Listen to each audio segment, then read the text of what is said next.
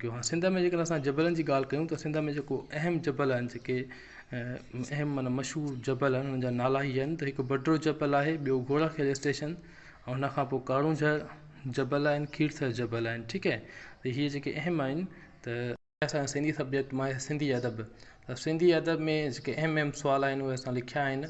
हीअ तव्हां यादि कयो, हीअ अहम आहिनि, हर पेपर में ईंदा आहिनि। ठीकु आहे, तो सभ खां पहिरीं शाह अब्दुल लतीफ़ भिटई। शाह अब्दुल लतीफ़ भिटई जेको आहे कहिड़े दौर में हुयो? शाह अब्दुल लतीफ़ भिटई जेको आहे कलहोड़नि जे दौर में हुयो। संदसि ॼमण जी तारीख़ जेका आहे 11/11/1999 ऐं वफ़ात जेका आहे 1/1/1752 ईस्वीअ में। ठीकु आहे, हिन जेको तंबूरो ईजाद कयो शाह अब्दुल लतीफ़ भिटई, ऐं हिन जेका मज़ार आहे ग़ुलाम शाह कलहोरो वक़्त जो हुकुमरान हो सिंध जो, हिन जी जेका मज़ार ग़ुलाम शाह कलहोरे ठाराई।